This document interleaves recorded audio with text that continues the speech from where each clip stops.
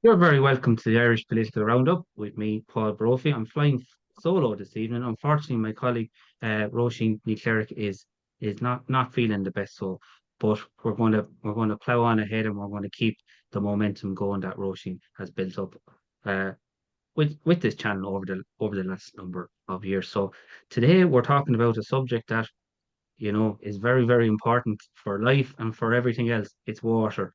Um, 71% of the earth is covered in water, and only 1% of it is drinkable. So means that is a lot of work to get to that stage where water can be drinkable.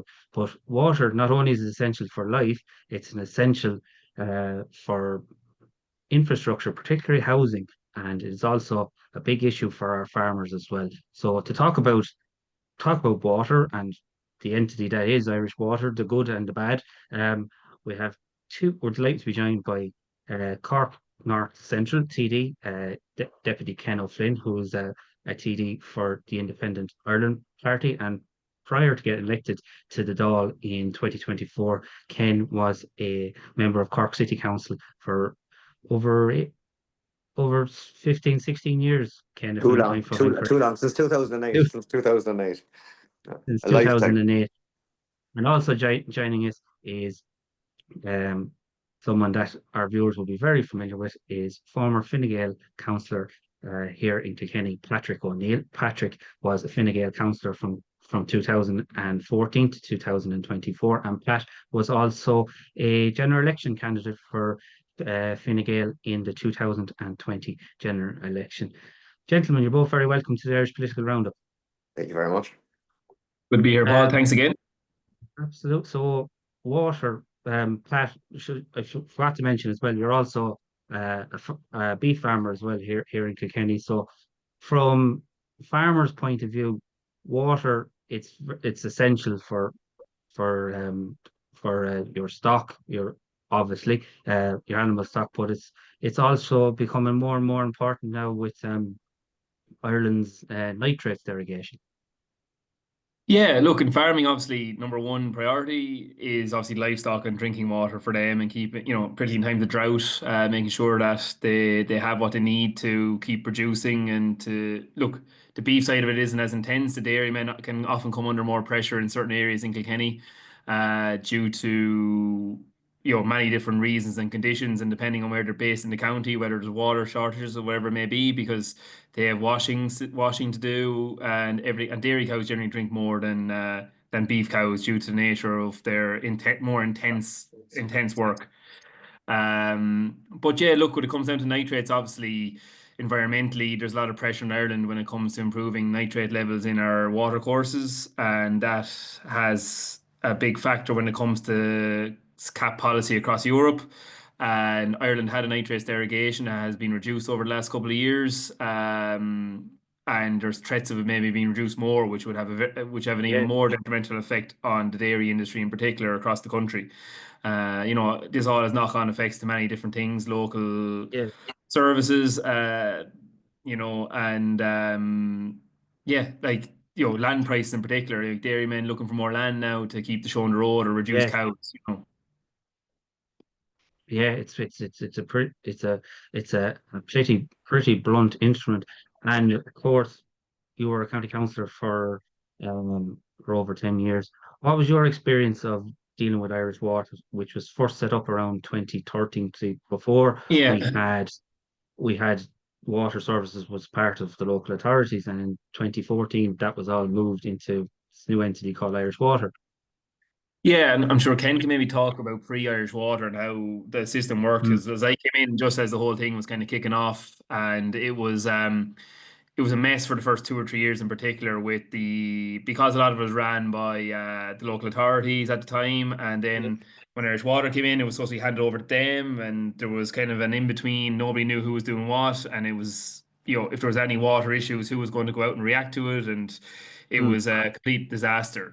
But in general, like I have found the Irish Water staff that I dealt with in particular quite good, quite knowledgeable, mm, wanted to do a lot of things, had great ideas and plans and the needs of the county they knew, but unfortunately it often came out to money.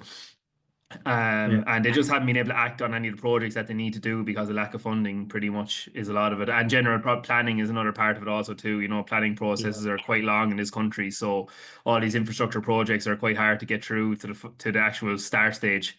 But yeah, it's been it you know, it lost the idea of Irish Water in principle initially I would have been supportive of, but as it then became more diluted and political pressure came on, the whole thing just became a disaster. It was shredded apart, Yeah. and nobody actually gave it any real teeth to do what it needs to do for every town, village, county in Ireland.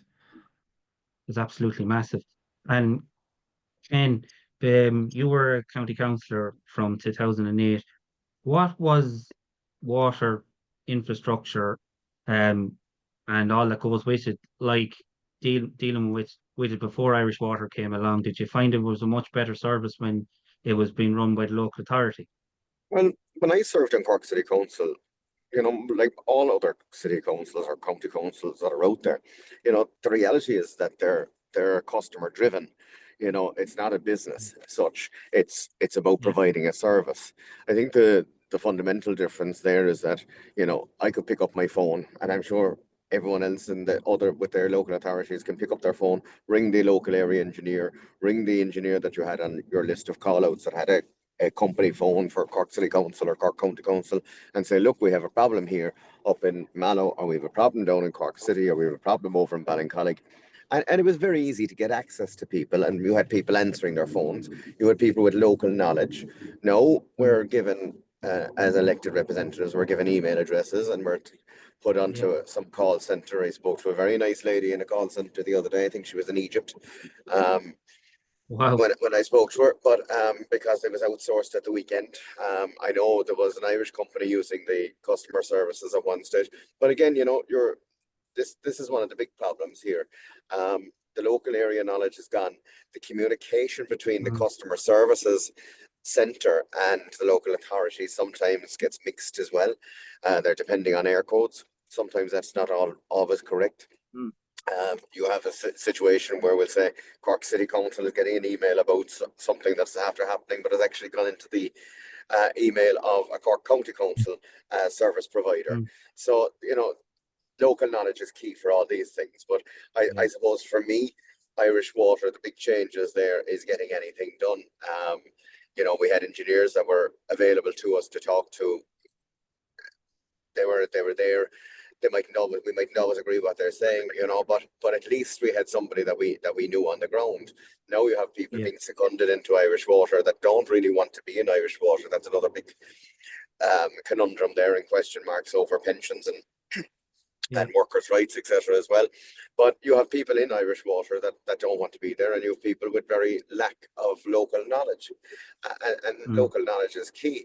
The other thing that I'm finding, you know, since the invention of Irish Water is that, you know, we're now paying additional connection charges to Irish Water when you build a brand new house. That can be anywhere between 5,000 to 7,000 euros. So that's being handed over to the. So you know, a developer comes along, he builds the house, he pays the connection charge, and of course that's being passed on to you in the price of your house. You know, where on average you were paying probably about 5,000 in development charges per unit as a developer. You're now paying about 10 to 12,000 depending on the area you're in. So and that all has a knock-on effect these on are all the knock-on delivery of effects housing. of that. Irish Water isn't properly financed. That's the big challenge that Irish Water has. Here in Cork City or in Cork County, where I represent, there's a number of challenges. You look at places like Blarney, for instance. You could probably only build about 200 houses in Blarney now because there's no water treatment plant. You can't build any houses in Carrignavar because there's no water treatment plant there, and there doesn't look like there's going to be one anytime soon. You know, back in the day, county councils and city councils could do deals with developers and say, look, you take charge of building a water development, both for sewerage and for freshwater facilities in the area. You take charge of that and a water treatment plant, and you build it. You'll then go off and you'll build your 300 or 400 or 500 houses in the area, you know, the developments that are in the area, and then the county council will take charge of it. That's not happening anymore. That can't happen anymore in the new system. So you're No. dependent on an external body that isn't really responsible to anybody for delivering of houses. Irish Water, you know, you ask a question in Leinster House, and I've put down a number of PQs, and you get a reply back saying it's a limited company. There's a chairman of the board, and it's not for the minister to answer for Irish Water. Now that's an appalling question or reply to any question when considering it's a semi-state body. It's owned by the public, you know. But this passing the ball and passing the buck seems to be a regular occurrence with Irish Water. Look, I'm not blaming Irish Water. They're underfunded, full stop. They're underfunded, and that has to be addressed. But it's going to have a devastating effect on building going forward in both private and council estates, because we have the land zoned, but we don't have the water treatment plants. Yeah, so the big exactly. concerns there. And you also look then. sorry. Pardon me. I just want to bring Pat O Neill in on this. And Pat, we were talking off air as well. In the area you're from, Bennettsbridge, in 2021, it was earmarked for a water treatment plant, and now, as of very recently, it looks like that's not going to be built until 2029, I think, at the latest. So that's The like earliest, potentially nearly 10 years of a gap. And as Ken said, if you can't build that water treatment plant, you're not going to be building many houses in Bennettsbridge. Yeah, like, look, Ken has mentioned, look, similar cases what's going on here in Kilkenny, and obviously I know Bennettsbridge inside out is where I'm from, and like I lobbied for 7 years with Irish Water as it was at the time because no house can be built in Bennettsbridge now on the public water scheme, between drinking water and wastewater. There's no connections available, so everything now is done by a private well, and if a developer had to come in and do anything, they need to go on a private well, etc. But they actually can't do a mass scale housing building project without an upgrade of the wastewater capacity, which is the main stumbling block. So funding is approved there. I think it's about 4 million in 2021. Great news. I think from memory, I think it was maybe due to be completed at the end of 2026. So we're in 2025 now, and they haven't even started the planning process. So they're saying now 2029 for start of construction. That's going to be probably another 2 years to complete. So that's 2031 completion if everything goes according to plan now. So that's 10 years at a minimum from the day the funding has arrived, from being approved to the actual completion of the project in a best case scenario. Now, you look at it from the effects of the people on the ground there. So Bennettsbridge is a village of about 700 or 800 people, parish maybe about 1,600. You know, there was a housing development built in the early 2000s here, and that probably housed my generation maybe in the 5 years above my age group. But I'm 37 now. So my age group down, let's say, there's going to be 20 or 30, 25 years of people there that have no opportunity to buy a house in their own parish or village in a more affordable scale. Because now the house price in Bennettsbridge, due to location, close to Kilkenny City, are absolutely gone through the roof. And the housing list in Bennettsbridge has probably grown faster than any other village or parish in Kilkenny in the last 5 years. And you know, all these things are basically down to water infrastructure, and every rural parish in Kilkenny is having the same issues. Like, we're having great ideas about developing our big towns and our cities, and all this fancy stuff around environmental bits and pieces that go around with it. But our rural towns and villages are literally going to die unless the water infrastructure is upgraded. And it hasn't. And Irish Water, people will, you know, the water charges movement and all it was. People don't think with their head here. This is going to affect every town and village in the county here for maybe €160 a head. Look, I know I can afford it. Look, fair enough. Maybe some can't, but there has to be some kind of way of, as Ken mentioned, Irish Water is underfunded. There's no idea what they're doing because they don't have the money to do anything. They're waiting for handouts from government. You know, we say we're paying our tax for it already. We are, but it's only barely filling the gaps in the system as it is. We're serious about developing this country and our towns and villages. We need to invest in water first and foremost before we can even get any building blocks on the ground. Oh, absolutely. We were talking to Councillor Willie Patton, who's a councillor in Carlow, in his town of Tullow. They are beginning a kind of a pipe restoration project, and they're replacing pipes, cast iron pipes that are 100 years old and were full of rust. So you think people were you know, that's the water people were drinking, and that's just one example of the challenges that are facing Ireland as regards our water infrastructure, Look, which is so important. we have the same challenge here in Cork City. We have an awful lot of Victorian pipes that are still there. A number of them are, as you mentioned, full of rust and gunk and the rest of it. And of course, the chemical process of cleaning the water and putting it together has had its challenges as well against those pipes. We're now looking at €500 million need to be spent in Cork City alone to replace all that pipe work. Now, the problem that we have in Cork City, which is similar to what your colleague has in Tallow, is the situation where we have people that can't turn on their wash machines. We have loss of water going on for 3 to 5 days, and at times we have people that can't take showers, can't bathe children. You put in the bedding into the wash machine, you don't know if it's going to come back out white or a rust color. You have businesses that are connected with their mains, such as the rice machine, their coffee machines, their tea, and all those facilities. Your washing facility for dishwashers. Many businesses have been very badly affected by this, and there's parts of the north side where you kind of say to yourself, Jesus Almighty, I won't go for a cup of coffee up there because I don't know what's coming out of the pipe. We just can't guarantee it. We can't guarantee it in our own houses. And Irish Water's answer to this has been flushing the system continuously. It hasn't worked for 2.5 have come back and told us, look, we need to replace all these pipes. We need €500 million.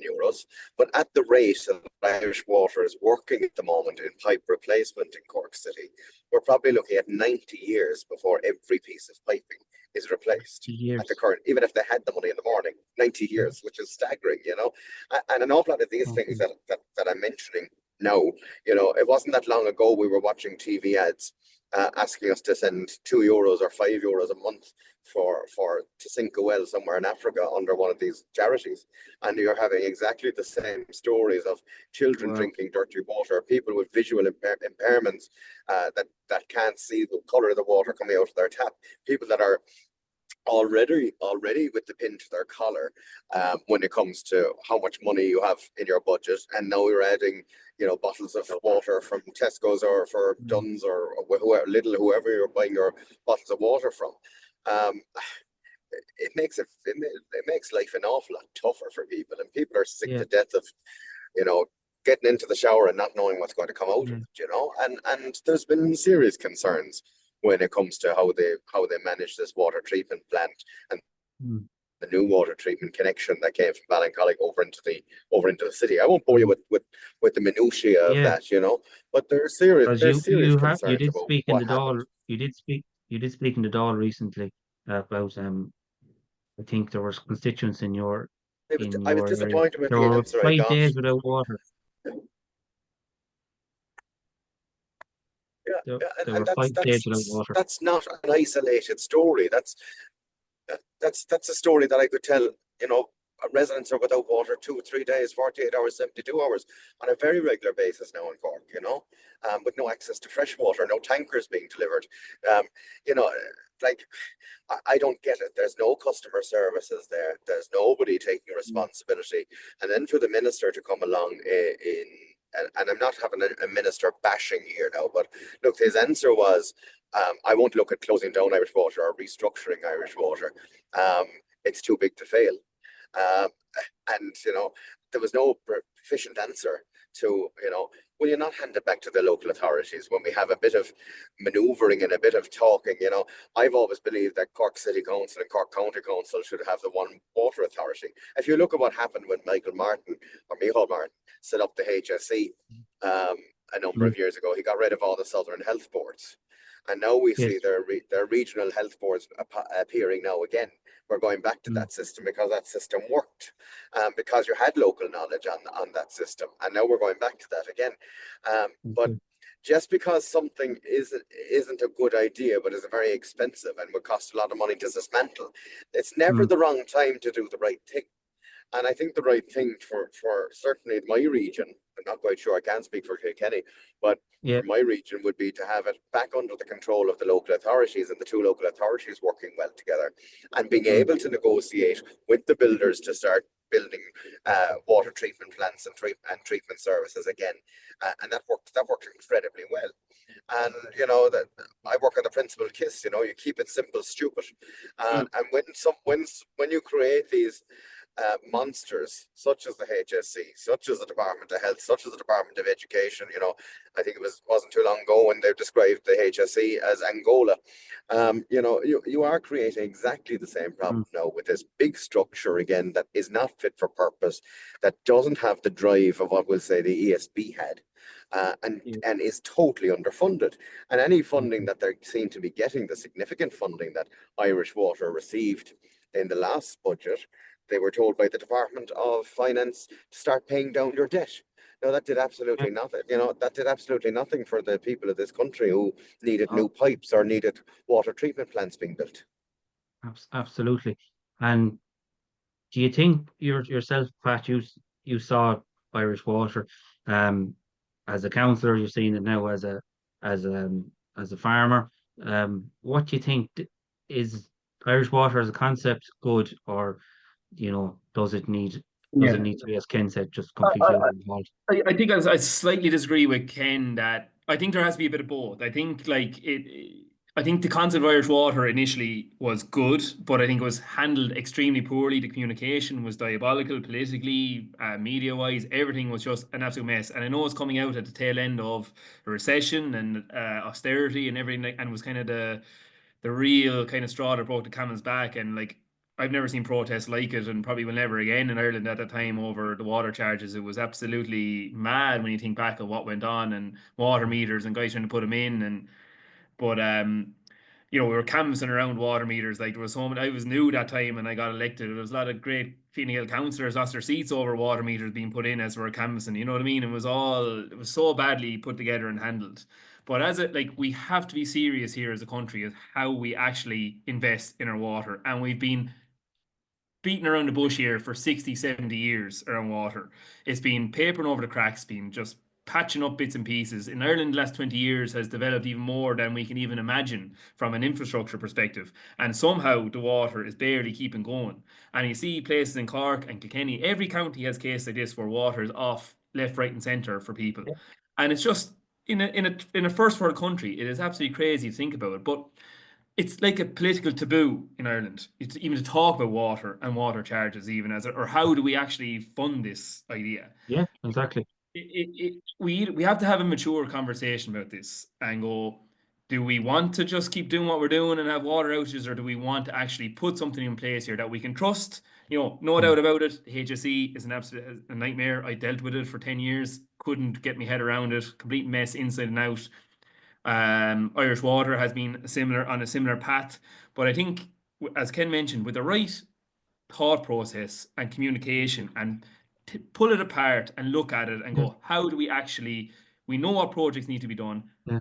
We fund it. Do we put in a water charge? Do we charge a nominal amount do we charge per usage? What do we do? Like, people have to be real here. Like, there's communities at the moment that are on their knees when it comes to water. I'd say if you asked them in the morning to pay €160, they'd pay it. Where, you know, it's the next parish or the next town could be victim of this in 10 years' time. And like, it's all just waiting to happen, you know. And we can keep doing what we're doing and we'll keep fighting over it. But like, it should be cross-party here and go, guys, look, if Ireland is serious about what we need to achieve here for our people, water is first and foremost. And I don't really care how it's done, but we get the money and we do it, because we are paying tax, and people like to say, like, it's our tax money being wasted when the water is leaking out of the pipes. You know what I mean? Is it 60% of, is someone to figure like 60% of the water that's treated in Ireland is leaked into the ground? Like, that's insane. And how people can think that that's acceptable is beyond me. You know, I think people are very ill-informed in water and how it. Patrick, you're right in saying that we do need to have a mature conversation about it, but we also need to be cognizant of the fact that anyone that's after going into a new house since the establishment of Irish Water has already paid a significant amount of money for 100% connection charge. Yeah. And if you have a house that's not connected, you're averaging now about €6,000 is what it's costing just to be connected to water as well. So like, let's put away the idea that there's no charge on water. There is a bloody hefty charge. Yeah. Oh no, like there. for those people and for farmers, I'm not having an argument with you, yeah. but I think you know, you're right that there has to be an adult conversation in the room about this, and we have to look at we have to be committed. I'm disappointed with the present administration. Of course, I would say that as an opposition TD, wouldn't I? But I'm disappointed that they didn't introduce an infrastructure minister, because the key to everything in this country, it's going to be the utilities. If we're going to solve the housing crisis, we have to solve the utility problem. And that's as big a crisis. Water connectivity, ESB connectivity, gas connectivity, they're as big a problem as delivering for our towns and for our towns and cities. They're going to be the biggest challenge. I agree with you that to have a reasonable conversation around water, and it can't be politicized as it was hijacked by the far left, and people villainized about it. But I agree with what you said. It was mishandled from day one, from the top down, and miscommunicated very, very much so. Okay, so we all like to, in this program, we also, yes, it's important we point out the issues, but we also try to put forward solutions as well. So if we were to reshape Irish water, what do you think it would look like if we had, for example, we have the national TII, or the National Roads Authority, that they have the budget, a national budget, and each council will put in their submissions for road projects and stuff like that, and then the funding comes down from the National Roads Authority TII, and then it's up to each council then to deliver those projects. Do you think something like that is probably a good template to start with, maybe? Well, that's probably a better idea than what's happening at the moment. But I do, for me, I would be pro dismantling it. I would be pro setting up local authorities, or joint local authorities working on their waterworks together. That's just for me. But again, the current structure just isn't fit for purpose. It has to be changed. So any suggestion here that improves the service is much better than what we're currently going through at the moment. Yeah, I think it comes down to, like, local authorities are fantastic at like, even the guys, I still have a case to ring them even though I'm out of politics. Like, I still pick up the odd few calls here and there, and the guys involved in water infrastructure in Kilkenny, their knowledge base and what they know is absolutely outstanding. And they're as frustrated as anyone when it comes to, you ring them and say, look, you have to log with Irish Water, but we can actually do anything or investigate or do what it may be. And ringing Irish Water is not a simple task. And even when we had a direct line as politicians, it wasn't even good either from a communication perspective.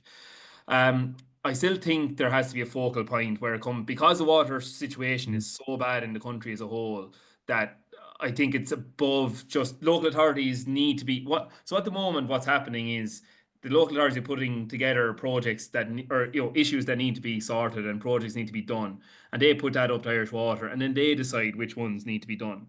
Now, like, I think the last time Kilkenny did that, I think their top 10 projects, Irish Water approved 7 and added a couple of different ones that they thought were important. So they're kind of taking one side of it, thinking, yeah, you're right here, but we think this is more important than that one, when realistically they probably don't have a clue.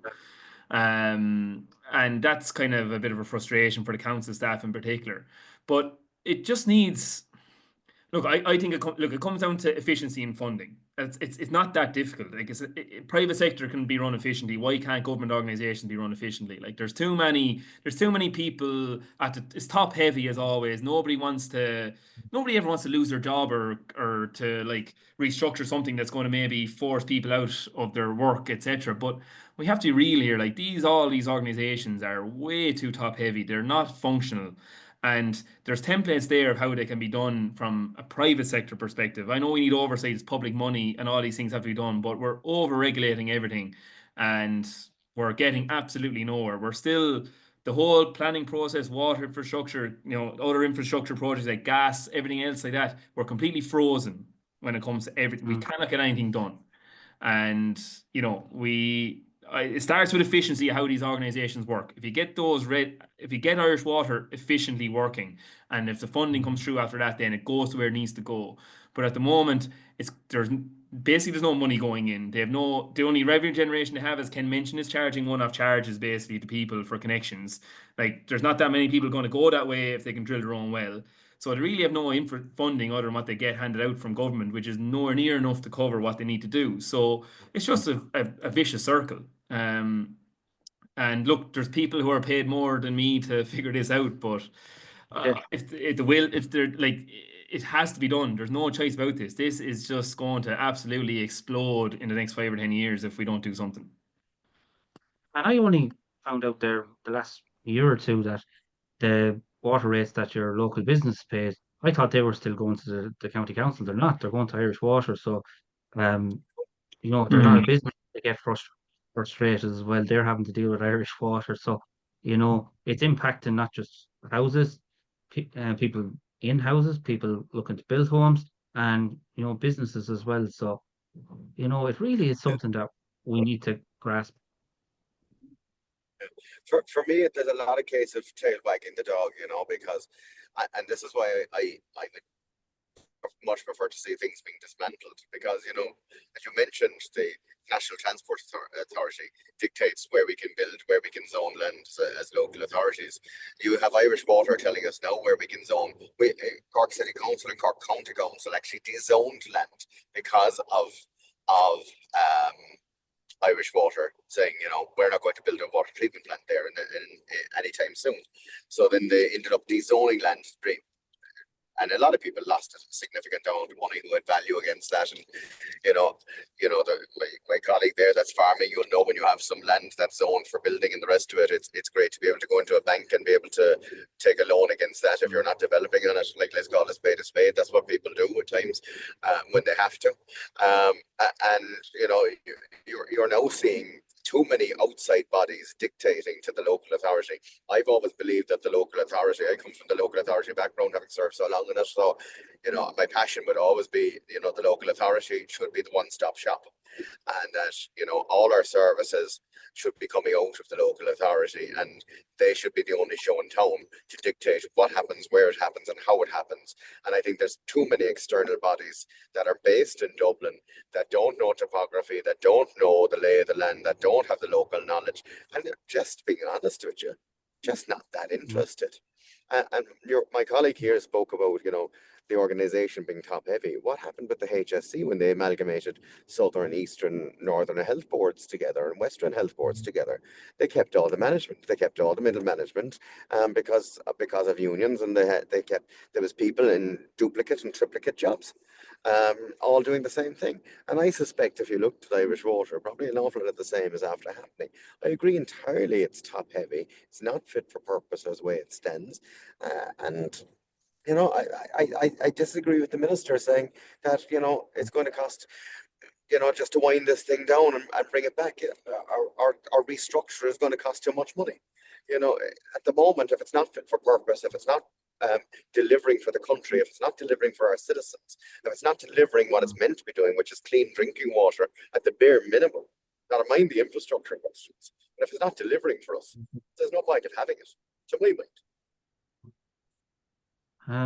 What would you think of that, Pat?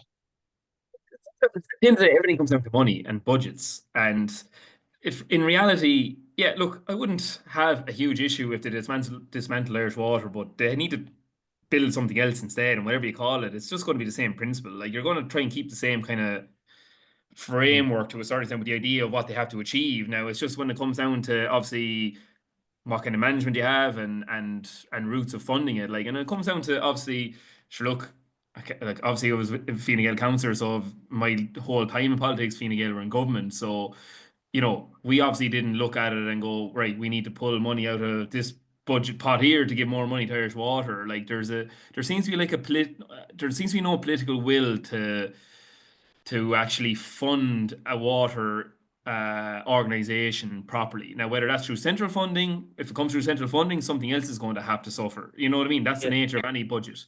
Or do we actually go back to where we were in the early 2010s and look at charging some form of charge for water per household, which is common Yeah. across the world, and funded that way. That the people, this money is segregated and into Irish Water and is from the people and is there to improve the quality of water and water infrastructure for the people that are funding it.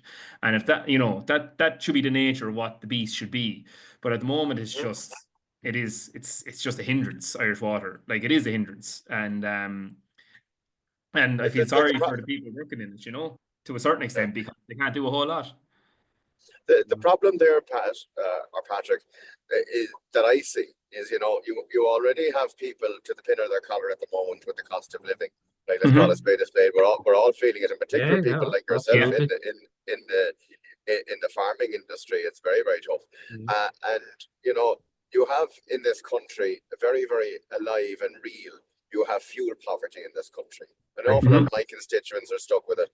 And the last thing I want to see, and this is being very genuine about it, the last thing I want to see is people in water poverty in this country, which is a possibility if we introduce frontline charges. Look, and as I said, we do need to have the adult conversations about things, but we need to be protecting the most vulnerable in society as well. Because the last thing we want to be doing is saying this thing isn't working very well because it's a monster, it's top heavy, it's an awful organization. But all of us, we know how to solve it. We're going to pass it on to you, the general public, to pay for it and sort itself out. We want to be getting, like, if we're going to have the conversation about Irish Water, we need to start the restructuring of Irish Water. We need to start streamlining it before you would even ask somebody, can you contribute to an organization like that? That'd be my thought anyway. Yeah, look, it's obviously, nobody likes to pay more money for something that and look, there's no doubt there's a huge hidden poverty. Nobody likes to pay money for a bad service. Yeah. There's a huge hidden poverty issue in Ireland. There's no doubt about it. Like, I'm a working class family here, let's say, because they're a middle class family with 2 decent incomes, and you're put to your pin in your collar. You know what I mean? Like, there isn't a huge amount of extra cash. Like, if I pay water because I know the importance of it, because I probably come from that bit of a background, I understand it a bit more maybe.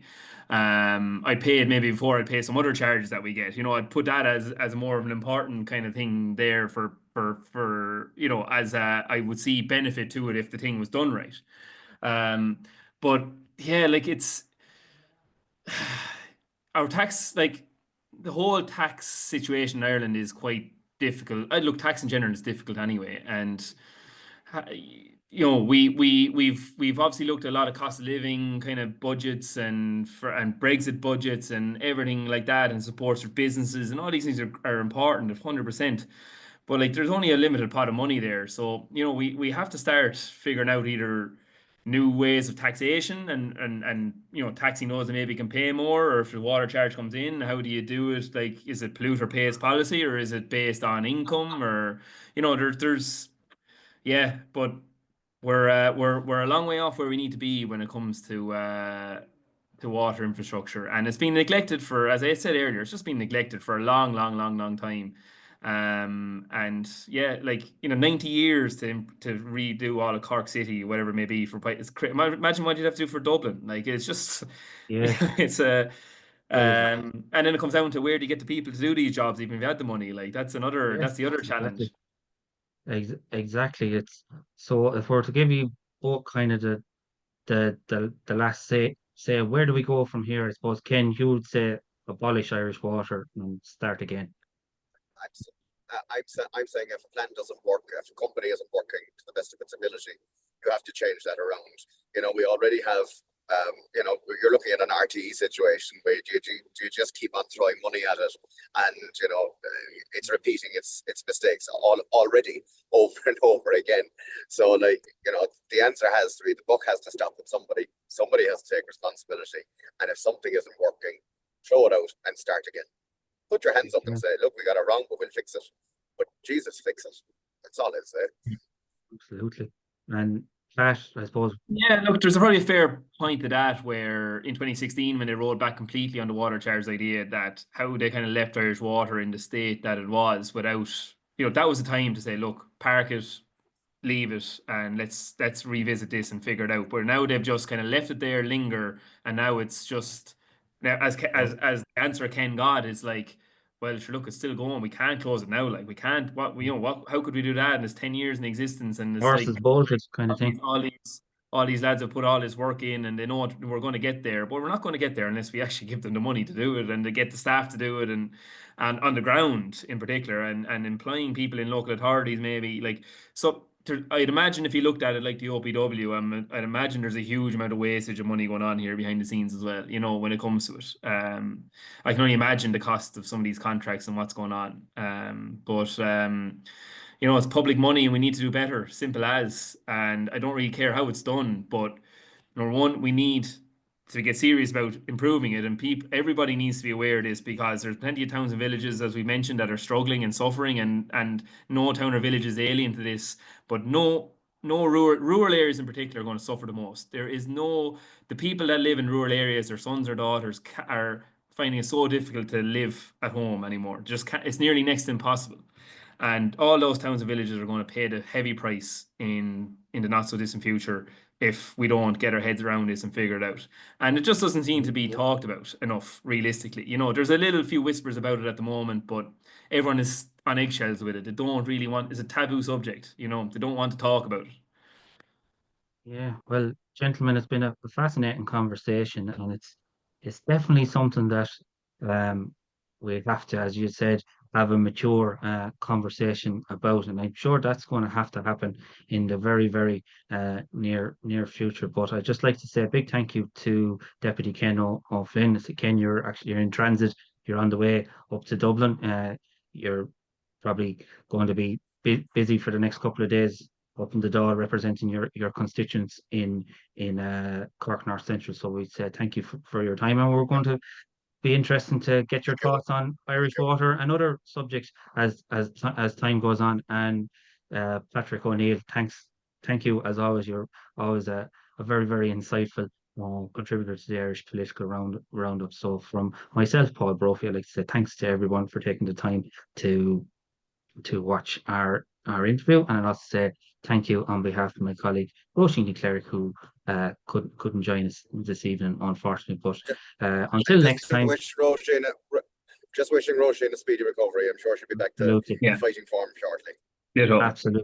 Absolutely. Thanks a million, and we'll talk to you soon. Thanks, Paul. God bless. Brother.